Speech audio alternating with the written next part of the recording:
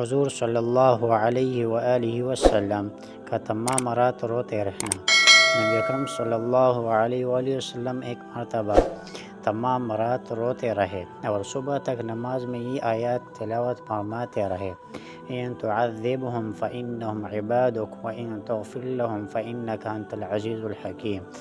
اے اللہ، اگر آپ ان کو سزا دے جب بھی آپ مختار ہے کہ یہ آپ کے بندے ہیں، اور آپ ان کے مالک، اور مالک کو حق ہے کہ بندوں کو جرائم پر سزا دے، اور اگر ان کو معاف فرما دے تو بھی آپ مختار ہے کہ آپ زبردست قدرت والے ہیں، تو معافی پر بھی قدرت ہے، اور حکمت والے ہیں تو معافی بھی حکمت کے موافق ہوگی۔ امام اعظم رحمۃ اللہ علیہ کے متعلق بھی نقل کیا گیا ہے کہ وہ ایک شب تمام رات وامتازوا اليوم ایھا المجرمون پڑھتے رہے اور روتے رہے۔